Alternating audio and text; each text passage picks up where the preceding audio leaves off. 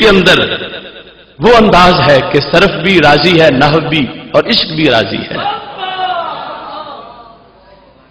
اس انداز میں سورہ توبہ ہے اور آیت نمبر 40 ہے جہاں اس چیز کو ذکر کیا گیا ہے. اذ اخرجہ الذین کفروا. عرفان القرآن کا ترجمہ دیکھو. جب کافروں نے انہیں وطن مکہ سے نکال دیا تھا، وہ جو ترجمے پہلے آئے، نکال بحر کیا، نکال دیا، جلا وطن کیا، اس طرح کی صورتحال. قربان جاؤں امام کے ترجمے پہ. میرے امام نے ترجمہ کیا، کتنا خوبصورت ترجمہ. اذ اخرجہ الذین کفروا. جب کافروں کی شرارت سے انہیں باہر تشریف لے جانا ہوا. جب کافروں کی شرارت سے انہیں باہر تشریف لے جانا ہوا. جب کافروں کی شرارت سے انہیں باہر تشریف لے جانا ہوا. اب ظاہر ہے کہ فاعل کا بھی دیہات کرنا ہے، تو کافروں کی شرارت سے اخراجہ میں جو اللہ جینا کافرو ہے، فاعل کا ترجمہ بھی کر دیا. اور محبوب صلی اللہ علیہ وسلم آپ ہو ضمیر ہیں، تو شان رسالت اور عشق کو راضی رکھا کہ جب کافروں کی شرارت سے انہیں باہر تشریف لے جانا ہوا. حالانکہ اخرجہ متعدی ہے، خراجہ لازمی ہے، اور سارے قانون پیش نظر ہے. اور کمال اس کا ہے کہ فاعل کی طرف بھی اشارہ کر دیا، مفعول بھی واضح کیا، اور اس کو بھی ناراض نہیں ہونے دیا. ترجمہ بھی کیا اور ایمان کی ترجمانی بھی کی. کتنا خوبصورت انداز ہے کہ جب کافروں کی شرارت سے انہیں باہر تشریف لے جانا ہوا. باہر تشریف لے جانا ہوا، یہ ہے مقام اعلی حضرت کا، بریلی کے تاجدار کا، کہ جنہوں نے اپنے خوبصورت انداز میں حکمت قرآن کو ہر سینے تک پہنچا دیا ہے. اس سے اب اگلا مرحلہ. اب یہاں پر ایک بار پھر اس طرف آپ کو لے جانا چاہتا ہوں. یہ شان رسالت کے بیان میں جو یہاں اس شخص نے دعویٰ کیا اپنے ترجمے کے لحاظ سے، اور ایک مزے کی بات یہ ہے کہ عرفان القرآن کی دھاک بٹھانے کے لیے وہ بھی اگل گیا جو کبھی اگلتے ہی نہیں تھا. آج اس کے چیلے کہتے ہیں اس نے اتنی کتابیں لکھی ہیں، ہم کہتے ہیں کہ کسی سے لکھوائی ہیں، اور نام اپنا لکھا ہے، نام خود لکھا ہے اپنا، مگر کتابیں ریسرچ ورک، کمپنی ورک ہے. ریسرچ سکالر ہے، اسسٹنٹ سکالر ہے، ریسرچ اسسٹنٹ ہے، اور کام وہ کرتے ہیں، اور پوری ٹیم ہے، بہت بڑی بڑی تنخواہیں ہیں. ہاں یہ ہے کہ تنخواہیں یہ دلواتا. اب اس کے ساتھ جو صورتحال ہے وہ کہتے نہیں تم حسد کرتے ہو، تم یہ کرتے ہو، تم وہ کرتے ہو، تم ایسی باتیں اپنا قد اونچا کرنے کے لیے کرتے ہو. تو میں کہتا ہوں حسد رشک تو اس سے کیا جائے جس میں کوئی حسد رشک والی چیز ہو. جو غازی ممتاز حسین قادری کو قاتل کہے اور سلمان تاثیر کا ساتھی بنے، اس پر رشک کون کرے؟ رشک ہوتا ہے کسی وصف پر. یہ کس چیز کا خواب دیکھتے ہیں لوگ؟ اب دیکھو، ہم کہتے تھے تو جھگڑتے تھے، تو اس کی زبان سے آپ کو سنوا دیتے ہیں کہ جس نے یہ کہا کہ یہ صرف عرفان القرآن میں نے آپ لکھا ہے، باقی جتنی میری کتابیں ہیں وہ ریسرچ سکالر ہیں، انہوں نے کام کیا ہے، لہذا وہاں اگر غلطیاں نکلتی ہیں تو ان کی طرف منسوب کرنا، یہاں کوئی نہیں نکلے گی، یہ میں نے آپ کیا ہوا. اب اس انداز میں، اور جو آپ کیا ہے جیسے کیا ہے وہ آپ دیکھ ہی رہے. یہ تو اس طرح کے 20 کنز الایمان سیمینار ہوں گے تو پھر موضوع پورا ہوگا. اور ابھی تو ہمارا انشاءاللہ عقیدہ توحید سیمینار ہوگا، اور آج داتا کی دہلیز پر اس کا پہلا اعلان کر دیا کہ انشاءاللہ ہفتے اتوار کی درمیانی رات لاہور داتا کے دیس میں چوتھا عقیدہ توحید سیمینار منعقد کیا جائے گا انشاءاللہ. اب اس مقام پر یہ چیز جو میں نے آپ کو کہی، اس پر اسی کے لفظوں سے بات بتاتا ہوں. نمبر 1 سے اس چیز کو